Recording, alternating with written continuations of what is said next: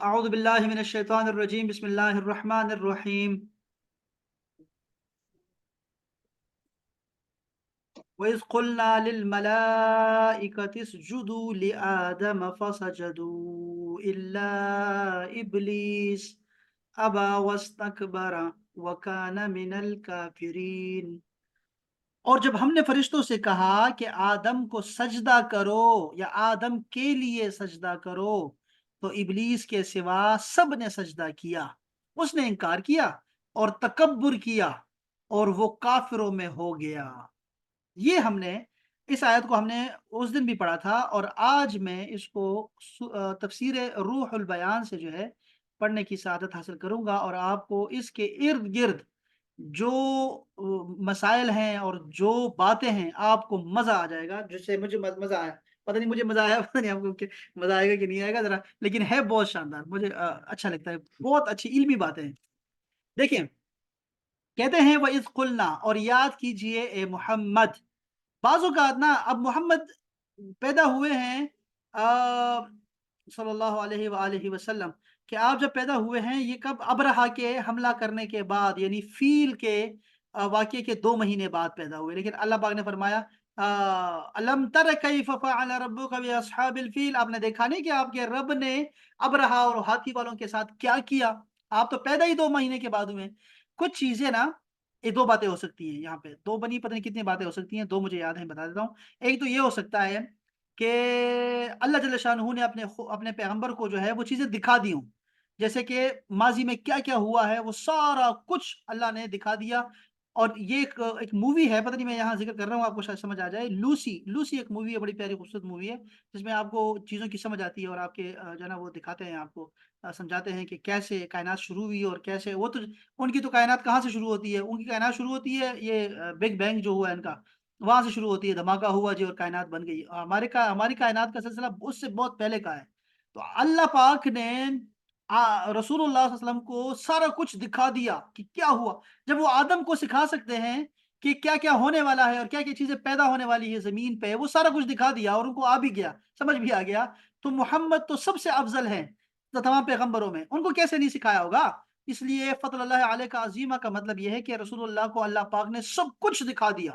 اچھا، یہ تو ماضی کی باتیں ہیں، اب مستقبل کا بھی سارا کچھ دکھا دیا۔